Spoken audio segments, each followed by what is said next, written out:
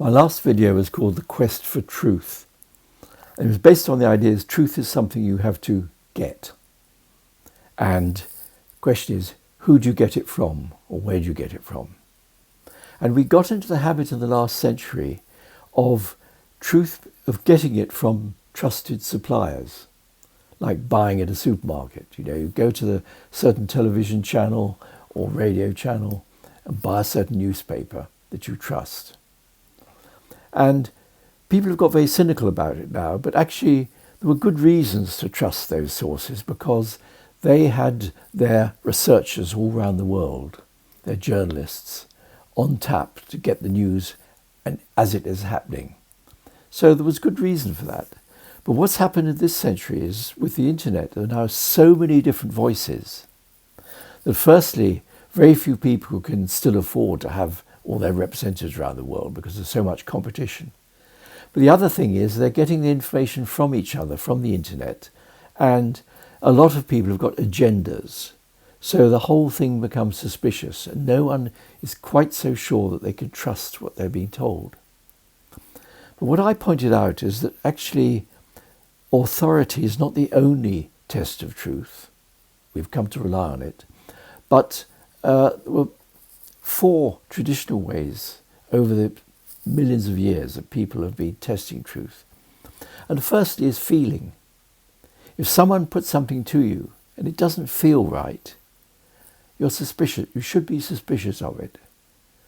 And that in itself is not enough. But the next thing is, if it doesn't feel right, do you trust the person who's providing this truth?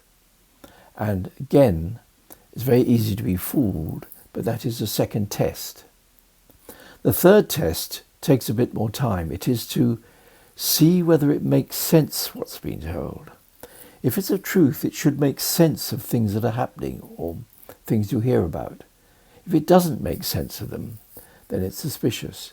And then the best test of all is, can you actually try it out, test it in real life and see if it works? Now that one you can't always do, certainly not if it's something like international news and you're not in a position to fly there. You might phone up a friend who's there or something. But so there are these other tests, and in my last video I was talking about how you should use those other tests and rely on them rather than just trusting someone or not trusting someone. But after I did that, someone gave me a very interesting quote from Rudolph Steiner, which really changed my whole view of the thing. This is what I was told. Steiner said, "Truth is not, as is usually assumed, the ideal reflection of something real, but a free creation of the human spirit. It would not exist anywhere at all if we did not produce it ourselves. The task of cognition is not to repeat in conceptual form something that already exists, but to create an entirely new realm which, together with the world of the senses, results in a new reality." Now, that was very striking.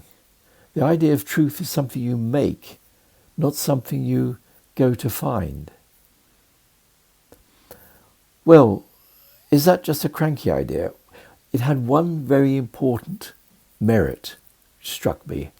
If truth is something you make, then you have the power to make it better or good, rather than if it's just something you found and you have to put up with as it is. Now that's very interesting. And I thought what I would do is I would sort of try it out, give it the test if you like.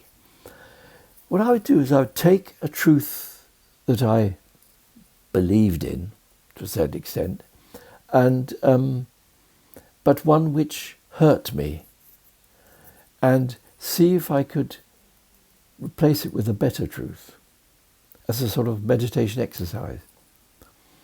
Now what I picked on was the truth that Putin is an evil man who is doing he's deceiving Russians and doing an awful lot of damage to Russia.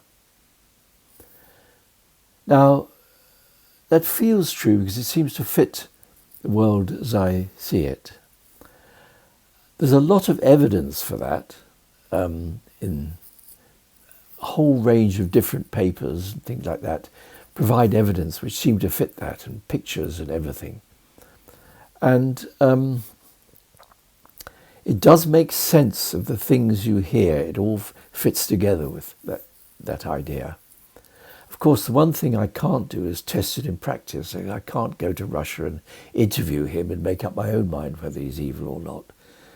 So there is some doubt there, but it is something which generally I believe.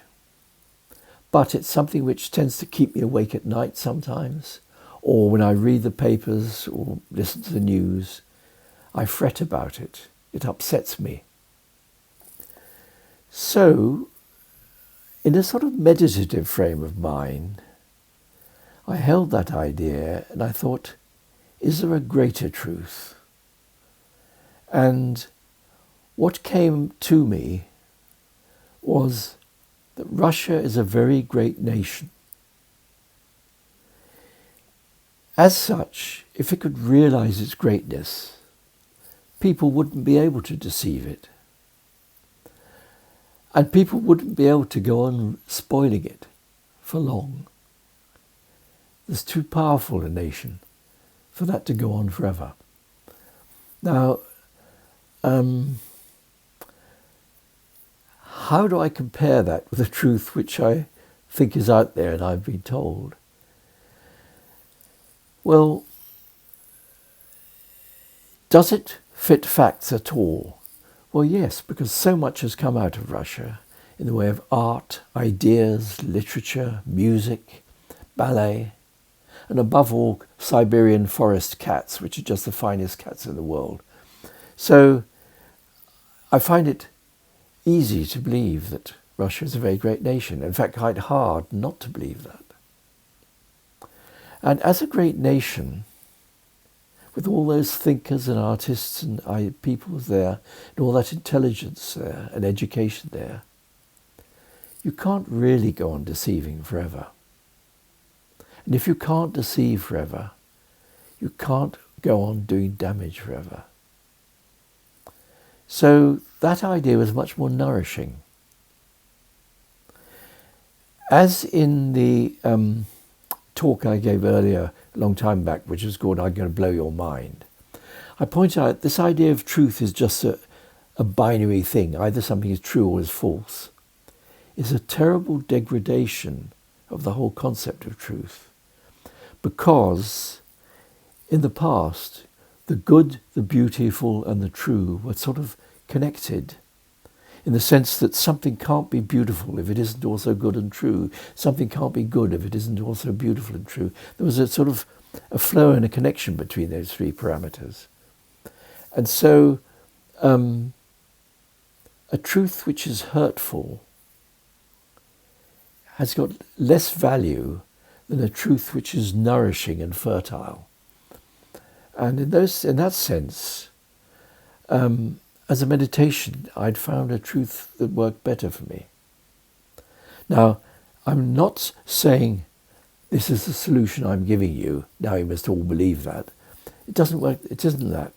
What it is, I'm saying, use this meditative idea, find a truth that upsets you and hurts you and keeps you awake at night, if you like, and meditate on it and just be open to variations on it and see if you come up with a truth which is satisfying, nourishing and fertile in the same way. I think this experiment is worth trying.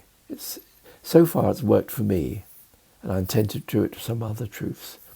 So as I'm proposing this as a sort of meditation, a new way of looking at truth, which may be very valuable.